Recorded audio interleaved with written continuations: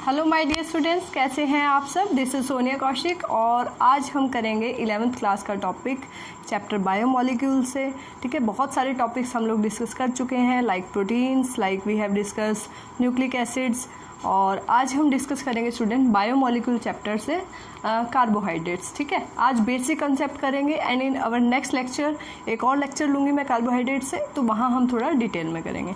Today is the basic lecture what are carbohydrates. ठीक है student, तो आपने जूनियर क्लासेस में किया होगा that whatever food we eat, जो भी हम फूड खाते हैं that have some nutritional value, उसमें हमें उससे कुछ न्यूट्रिएंट्स मिलते हैं।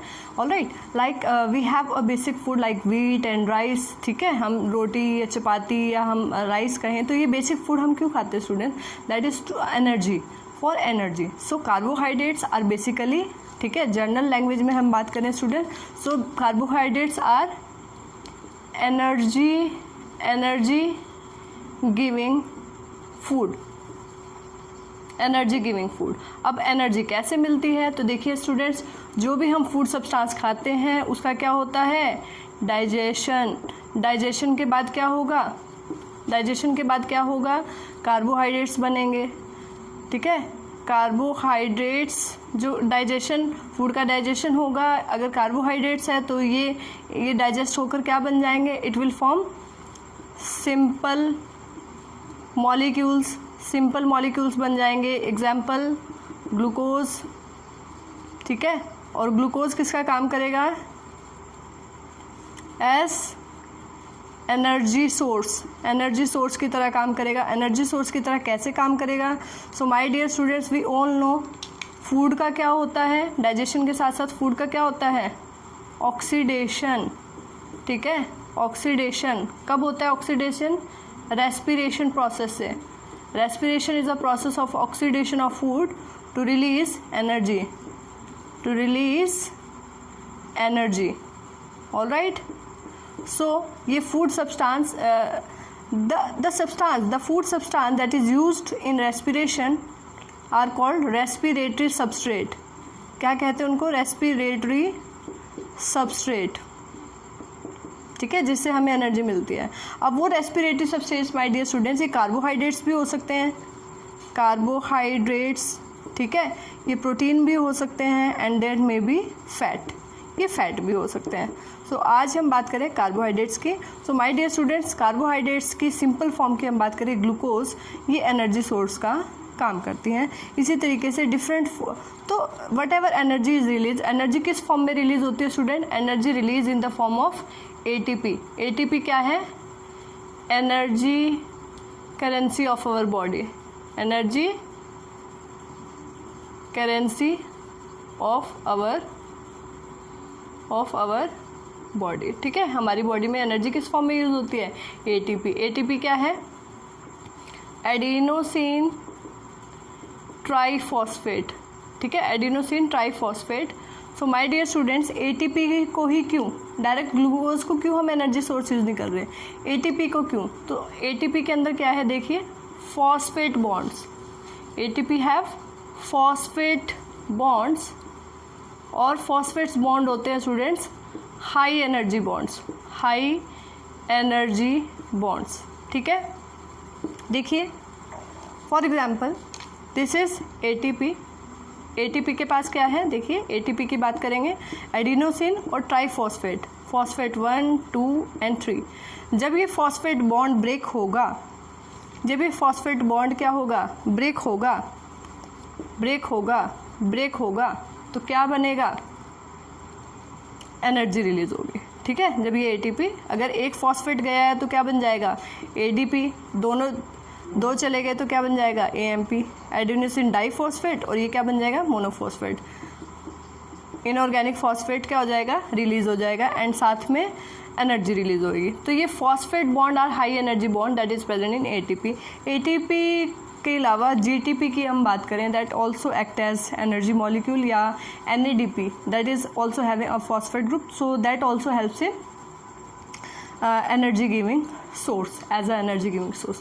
सो स्टूडेंट्स, ये था पूरा कंसेप्ट कि कार्बोहाइड्रेट्स क्यों ज़रूरी है एनर्जी के लिए, एनर्जी हमें कैसे मिलती है, जैसे मैंने आपको बताया कॉम्प्लेक्स कार्बोहाइड्रेट सिंपल कार्बोहाइड्रेट्स के अंदर कन्वर्ट होते हैं। अब कार्बोहाइड्रेट्स पे आते हैं स्टूडेंट, थोड़ा सा साइंटिफिकली बात करते हैं। तो कार्बोहाइड्रेट्स क्या हैं? दीज आर पॉलीहाइड्रोक्सी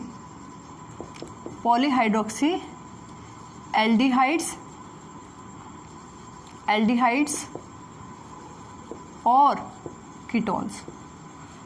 ये पॉलीहाइड्रोक्सी एल्डिहाइड है या कीटोन है? एल्डिहाइड ग्रुप आपको पता है CHO फंक्शनल ग्रुप, और कीटोन का functional group C double bond O, ठीक है, ये कीटोन। तो और एलिमेंट्स कौन से प्रेजेंट है स्टूडेंट? CHO, ठीक है। These principal elements are present in carbohydrates, ठीक है। तो कार्बोहाइड्रेट्स के अंदर ये सब एलिमेंट्स प्रेजेंट हैं, दे आर पॉलीहाइड्रोक्सी एल्डिहाइड और कीटोन। और किसका काम करे? मैंने आपको बताया एनर्जी सोर्स का। नाउ कार्बोहाइड्रेट एक मैक्रोमोलिक्यूल है। क्या है? मैक्रोमोलिक्यूल, ठीक है। हमने बायोमोलिक्यूल में किया था, वी हैव डन बायोमोलिक्यूल्स में बी माइक्रो एंड मैक्रो, ठीक है। So this is macromolecule. तो यहाँ सिंपल सब यूनिट क्या होगी? देखिए, सिंपल सब यूनिट जो यूज़ हो रही है स्टूडेंट, दैट सिंपल सब यूनिट इज मोनोसैकेराइड्स, ठीक है स्टूडेंट्स। देखिए सैकेराइड क्या होता है? सैकेराइड मीन्स शुगर, ठीक है। मोनोसैकेराइड का मतलब क्या है? मोनोसैकेराइड मतलब कि simple sugar, single sugar molecule. जैसे एग्जाम्पल ग्लूकोज, ठीक है। तो मोनोसैकेराइड, जब ये मोनोसैकेराइड स्टूडेंट्स जुड़ते हैं, monosaccharide can form disaccharide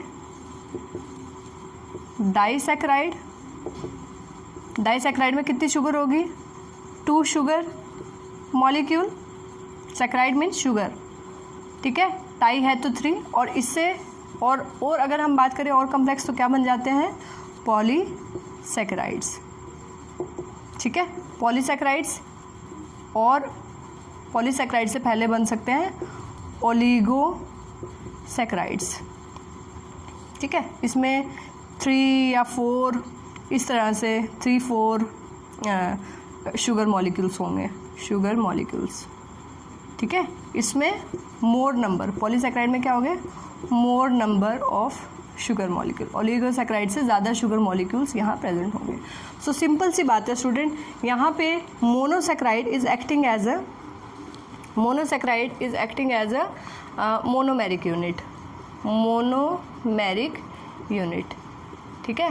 and this monomeric unit combines to form complex carbohydrate. Alright student, तो बात करते हैं और किस तरह के बॉन्ड्स यहाँ बनते हैं। बॉन्ड्स कैसे होंगे स्टूडेंट? यहाँ पर बॉन्ड होंगे glycosidic bond. Write down, let me रब द बोर्ड फर्स्ट। तो किस तरह के बॉन्ड होंगे स्टूडेंट?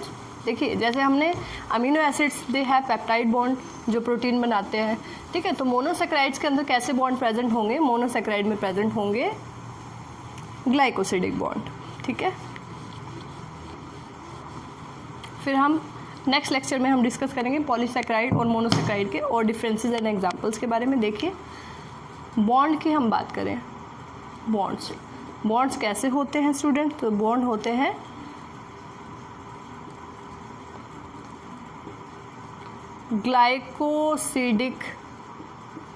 Glycosidic bonds.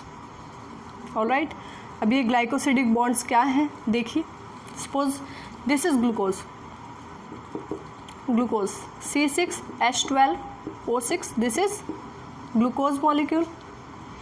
और अगर हम इसका साइक्लिक स्ट्रक्चर बनाएं, so it have pyranose ring structure, ठीक है। तो this is a glucose molecule. और एक और ग्लूकोज मॉलिक्यूल अगर हम बनाएं, राइट, कितने कार्बन हो गए? देखिए,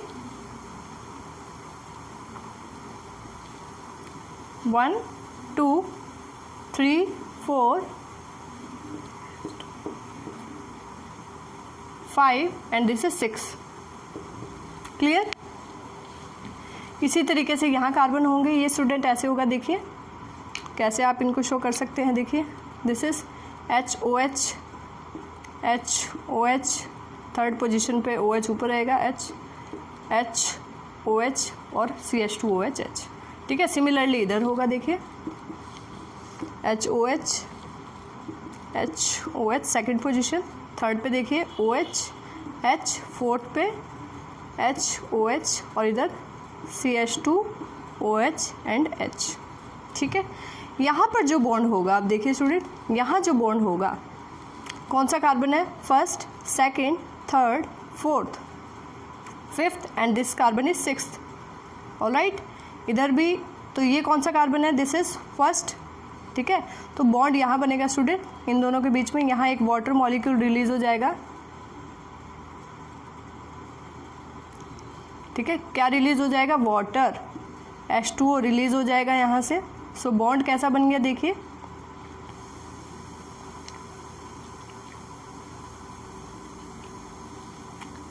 बॉन्ड हम अगले स्टेप में दिखा रहे हैं। यहाँ से जब डिहाइड्रेशन हो जाएगा, वाटर मॉलिक्यूल चला जाएगा स्टूडेंट, तो इधर देखिए, इधर जो बॉन्ड बनेगा दैट इज़ ये बॉन्ड बन जाएगा, this is alpha bond. Alpha किस किस के, कौन से कार्बन के बीच में है, first carbon and fourth carbon. तो अल्फ़ा 1,4 ग्लाइकोसिडिक लिंकेज भी बोल सकते हैं, बॉन्ड भी बोल सकते हैं, अल्फ़ा 1,4 ग्लाइकोसिडिक लिंकेज। तो माय डियर स्टूडेंट, इस तरीके से यहाँ पे कैसे बॉन्ड्स प्रेजेंट है, ग्लाइकोसिडिक बॉन्ड। अब ये बॉन्ड अगर देखिए इस तरीके से अगर हम इसको शो करें,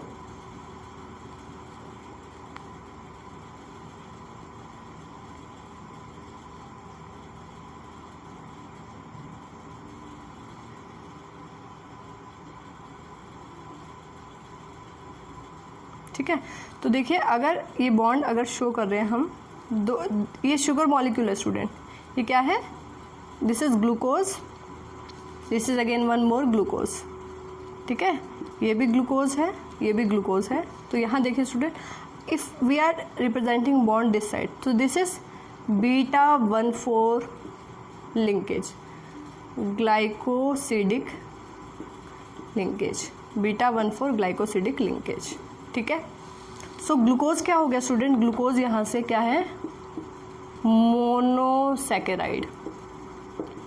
और यहाँ देखिए दो ग्लूकोज जब जुड़ गए, ठीक है, दो ग्लूकोज मॉलिक्यूल जुड़ जाते हैं, फॉर एग्जांपल माल्टोज के अंदर, माल्टोज जहाँ दो ग्लूकोज है, दो ग्लूकोज सब यूनिट है, तो ये क्या हो जाएगा, एक डाइसैकेराइड, क्योंकि यहाँ दो शुगर मॉलिक्यूल है। ऑलराइट स्टूडेंट, ये क्या है, डाइसैकेराइड। ऐसे ही अगर 3 शुगर मॉलिक्यूल होंगे तो दैट इज कॉल्ड ट्राइसैकेराइड। ठीक है, या ओलिगोसैकेराइड हम बोल सकते हैं, और उससे ज़्यादा अगर यूनिट्स प्रेजेंट होंगी तो उसको हम क्या बोलेंगे, उसको हम बोलेंगे polysaccharide. So students, what is the basic difference between monosaccharide and polysaccharide. Complex carbohydrate या सिंपल कार्बोहाइड्रेट्स में किस तरह के डिफरेंस देखने को मिलते हैं। ठीक है, तो वो अब हम करेंगे। सो ये क्लियर हो गया, दीज आर पॉलीहाइड्रोक्सी एल्डिहाइड और कीटोन, और मैक्रो मॉलिक्यूल से सब यूनिट यहाँ पर ग्लूकोज मॉलिक्यूल है। ठीक है, सिंपल शुगर, फ्रक्टोज भी हो सकती है, ग्लूकोज भी हो सकती है, कोई भी मोनोमेरिक यूनिट यहाँ पर हो सकती है। ठीक है, तो डिफरेंट शुगर्स की अगर हम बात करें, और एक और पहचान है स्टूडेंट, शुगर्स या कार्बोहाइड्रेट्स जो है 2 टाइप्स के हो सकते हैं, रिड्यूसिंग शुगर्स, ठीक है, and non reducing sugars. Sugars किसको बोलते हैं, ये जो मोनोसैकेराइड हमने किया student, sugars are generally monosaccharide, ठीक है, और generally non reducing sugars are generally not monosaccharide, they are polysaccharide.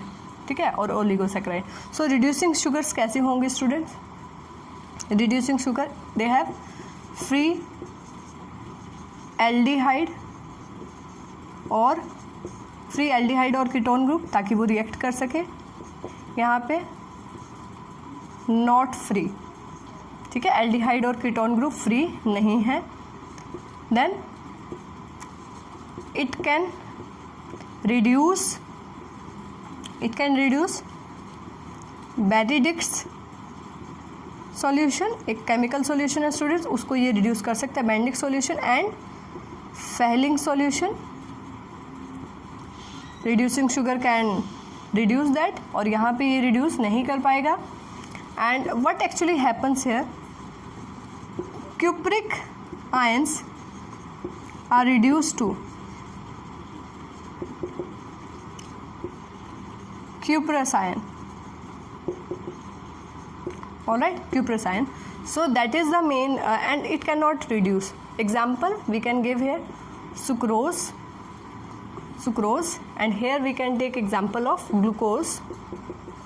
Generally monosaccharides are reducing in nature, glucose, and if we talk about sucrose, what is sucrose? This is cane sugar that we are using in our homes, that is also called table sugar, ठीक है। And इसमें सब units क्या होंगे student, सब units यहाँ पर है glucose and glucose plus fructose, ठीक है, glucose plus fructose.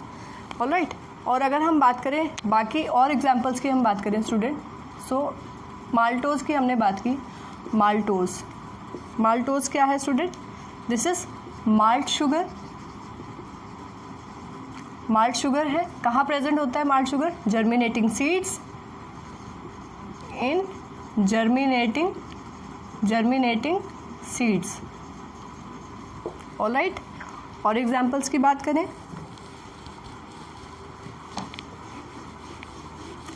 Like lactose क्या है स्टूडेंट्स, मिल्क शुगर है। More examples, lactose is a milk sugar, milk में मिलती है। स्टूडेंट्स आपको पता है, if we compare cow milk, buffalo milk and other goat milk and other milk, so maximum amount of lactose milk sugar is present in human females, ठीक है। Human females में जो मिल्क है after the child delivery, they have to feed their young ones, so at that time prolactin hormone helps in synthesis of milk in mammary glands, and that mother's milk have highest amount of lactose, milk sugar. Alright, so lactose में सब units क्या रहेंगे students, इसमें सब units रहेंगी glucose plus galactose, so basically ये भी क्या है, डाइसेक्राइड है, ठीक है। और हम बात कर सकते हैं फ्रक्टोज की, दैट इज ग्रेप शुगर, ठीक है। और इसको हम ग्रेप शुगर, और ये कहाँ मिलती है स्टूडेंट्स, फ्रूट्स में, इन फ्रूट्स। ये कहाँ मिलती है, मिल्क शुगर है तो मिल्क में, ठीक है। सो और माल्टोज में मैंने आपको बताया नहीं, माल्टोज में सब यूनिट्स क्या होंगी, ग्लूकोज एंड ग्लूकोज ही होगी, ठीक है। So this is all about what are carbohydrates. They are polyhydroxy aldehyde or ketone. Generally they have CHO elements, and they may be reducing, they may be non-reducing. Monosaccharides are generally called sugars, and they are if we talk about sugars, what are difference between monosaccharide and polysaccharide भी बात करते हैं। monosaccharide ज़्यादातर sweet होते हैं test में, polysaccharides are not sweet, ठीक है। और we have discussed different example of monosaccharide, disaccharide and oligosacharide and polysaccharide. polysaccharide के भी एग्जाम्पल हम करते हैं student.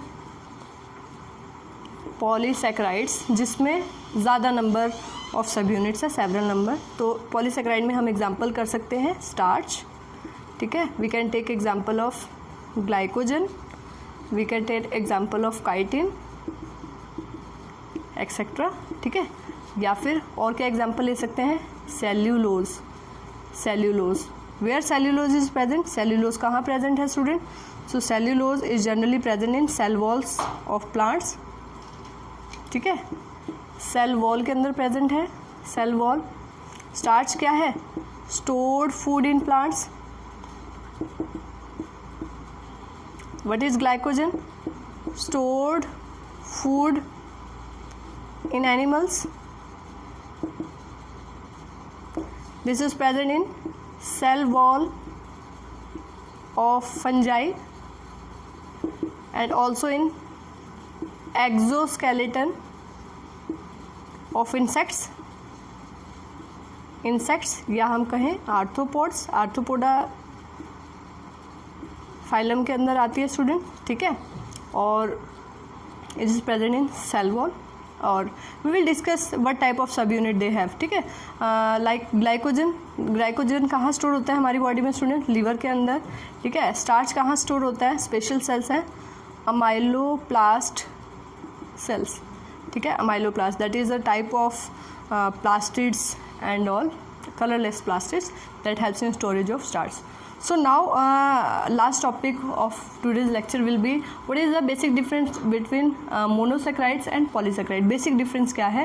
In our next video we will discuss the structure and all in detail. Alright students, तो structure and सभी चीज़ें हम detail में डिस्कस करेंगे।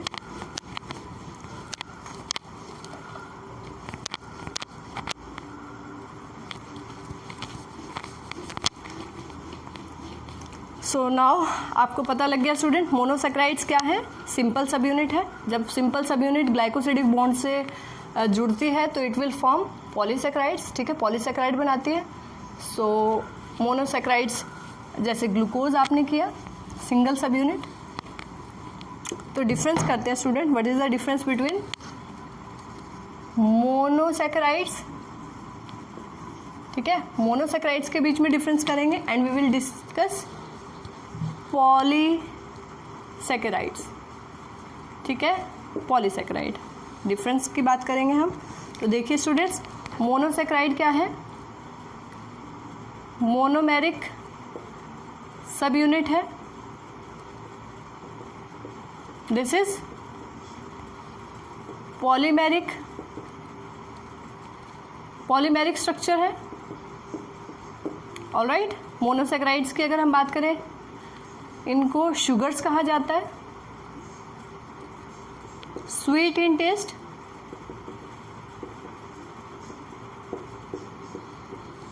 they are not sweet in taste, not sweet in taste, they are generally soluble in water। Monosaccharide soluble होते हैं students water में, they are insoluble in water। monosaccharide having crystalline structure,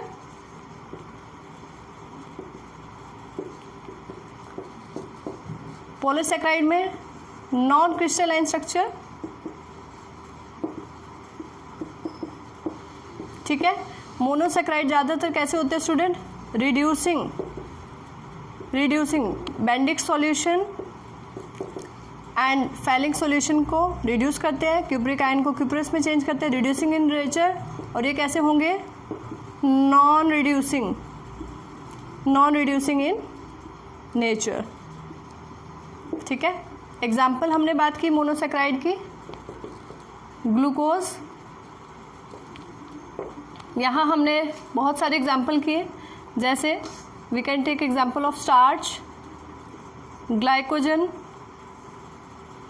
cellulose, chitin et cetera, ठीक है students. एक और important concept बताती हूँ आपको, cellulose most abundant, cellulose is most abundant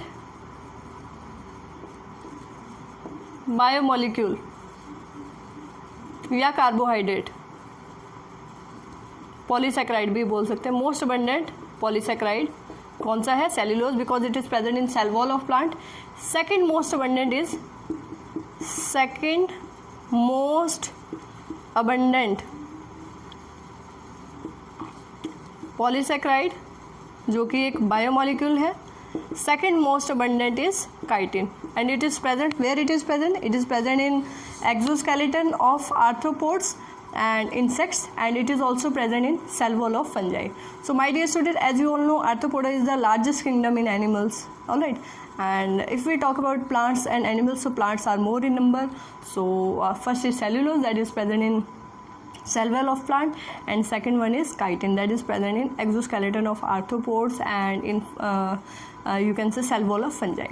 All right, in our next lecture we will discuss what type of monomeric units and what type of structures these polysaccharide have, and means we will discuss all the structural components of the carbohydrates part, all furanase ring, pyranose ring, and what is open chain structure, what is closed chain structure, and how they are joined together with the subunit, what is alpha 1,6 if they have branching, so they have a alpha 1,6 glycosidic bond. So we will discuss all that structures, like starch have amylose and amylopectin, why amylose having a helical structure and how it can give iodine test positive. So we will discuss structural details in our next video. Alright, if you like this video, please hit the like button. Goodbye.